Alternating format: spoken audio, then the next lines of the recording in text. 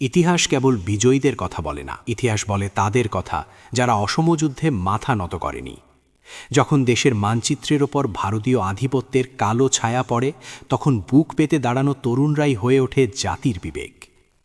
2019 সালের 6 অক্টোবর ভারতের সাথে করা কিছু বিতর্কিত চুক্তির সমালোচনা করে ফেসবুকে একটি স্ট্যাটাস দিয়েছিলেন বুয়েটের মেধাবী ছাত্র আবরার ফাহাদ।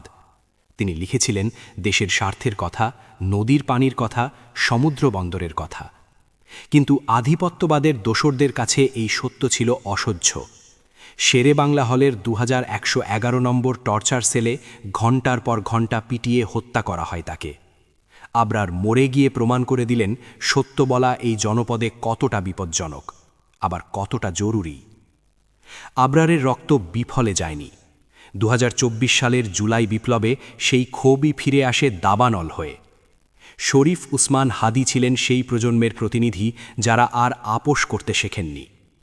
আধিপত্যবাদের মদতপুষ্ট স্বৈরাচারের পতনের লক্ষ্যে মিছিলে অগ্রভাগে ছিলেন শরীফ। আবরারের চেতনাকে ধারণ করে তিনি রাজপথে নেমেছিলেন। 5 আগস্টের নেতৃত্বদানকারী বিপ্লবীদের মধ্যে তিনি প্রথম শহীদ হন।